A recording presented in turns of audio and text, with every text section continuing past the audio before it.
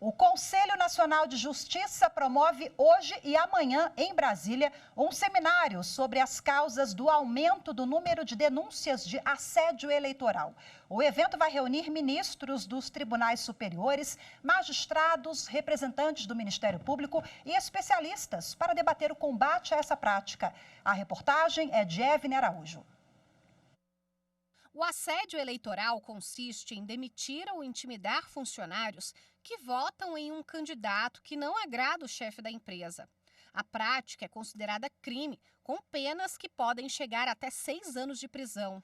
O presidente do Tribunal Superior Eleitoral, ministro Alexandre de Moraes, reafirmou o compromisso do Poder Judiciário com a questão. Lamentavelmente, no século XXI, retornamos a uma prática criminosa que é o assédio eleitoral. É o assédio eleitoral do empregador coagindo, alguns empregadores coagindo, ameaçando, prometendo benefícios para que os seus funcionários votem ou deixem de votar em determinadas pessoas. Isso é crime comum, isso é crime eleitoral, isso vai ser combatido como já vem sendo combatido. Nas últimas eleições gerais, no ano passado, o Ministério Público do Trabalho monitorou de perto as denúncias. Foram registradas 1.027 ocorrências.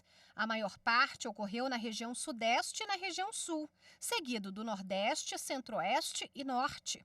Quase 5 vezes o número de casos reportados em toda a campanha eleitoral de 2018. À época, o MPT recebeu 212 relatos envolvendo 98 empresas. Diante do aumento das denúncias, o MPT emitiu uma nota técnica sobre o assunto. O documento explica que a conduta é abusiva e atenta contra a dignidade do empregado, porque o submete a constrangimentos e humilhações. O Ministério Público do Trabalho também passou a orientar os procuradores para que tenham uma atuação uniforme frente aos episódios de assédio eleitoral. O seminário Combate ao Assédio Eleitoral vai ser promovido pelo Conselho Nacional de Justiça com transmissão ao vivo pelo canal do CNJ no YouTube. Além da presidente do Conselho, ministra Rosa Weber, e do presidente do TSE, ministro Alexandre de Moraes, também vão participar os presidentes do Superior Tribunal de Justiça e do Tribunal Superior do Trabalho e o procurador-geral do Ministério Público do Trabalho. E agora, para falar sobre o assunto, eu converso ao vivo, de forma remota, com a Procuradora Regional do Trabalho do Ministério Público do Trabalho de São Paulo, Adriane Reis de Araújo, que será uma das palestrantes desse seminário promovido pelo CNJ. Boa tarde, seja muito bem-vinda.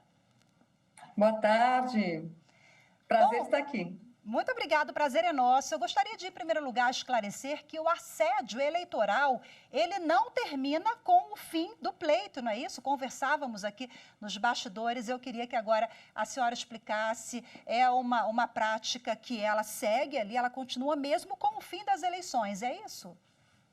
Exatamente.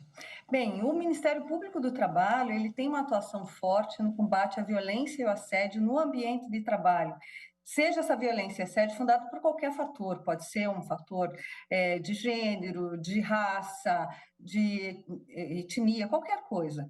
Na questão relacionada à orientação política, também há a nossa atuação. Nós entendemos que qualquer intenção do empregador de influenciar, manipular os votos dos trabalhadores no período eleitoral é considerado assédio eleitoral. Essa manipulação ela pode acontecer desde propostas, como também ameaças, desqualificações, obrigações para utilizar determinados sinais de candidatos e candidatas, como forma de definir a orientação política desse trabalhador. Mas ela não se limita, né, apenas ao pleito eleitoral. Nós atuamos quando há essa interferência durante o pleito eleitoral ou até mesmo quando há esse tipo de prática relacionada a um pleito eleitoral, quando há, por exemplo, a contestação do resultado das eleições. Procuradora, é possível agir de ofício? Vocês conseguem ter essa atuação ou precisa aguardar a denúncia chegar? Com a materialidade, todos os elementos probatórios, né? Nós atuamos tanto de ofício, nós podemos atuar por meio de uma notícia de jornal, quanto também por meio de denúncias. As denúncias são no nosso site, mpt.mp.br,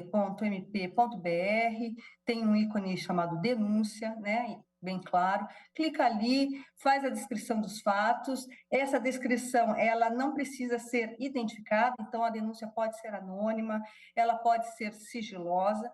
Em ambas as situações, nós vamos investigar se aquele fato que foi relatado, ele realmente corresponde à realidade e adotar as providências necessárias caso a gente comprove a prática do assédio eleitoral. Procuradora, as denúncias ficaram em 2022 ou os senhores ainda estão recebendo? Nós ainda estamos recebendo. No ano de 2022, nós tivemos uma explosão do número de denúncias, um número que ultrapassou os dados que nós imaginávamos no primeiro momento, né? Nós chegamos até o final do pleito de 2022 com 2.500, mais ou menos, denúncias. E até este mês de agosto, nós temos mais de 3.000 denúncias. Isso significa o quê? Que ainda nós estamos recebendo denúncias de situações que ocorreram no passado.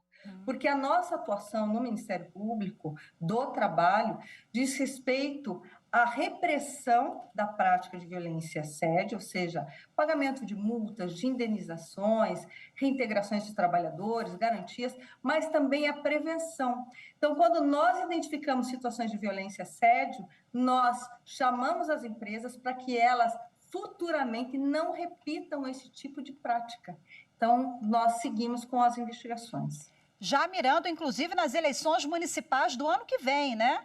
Daqui para o final do ano que vem, esse assédio ele pode ser reiterado de novo em virtude das eleições municipais. Bom, a senhora participa desse seminário e vai... o tema que a senhora vai abordar na participação desse seminário promovido pelo CNJ é o papel das instituições no combate ao assédio eleitoral. Qual o papel e qual o envolvimento que todos esses atores precisam ter de forma coordenada para a gente minimizar esses impactos, sobretudo o Ministério Público do Trabalho, procuradora?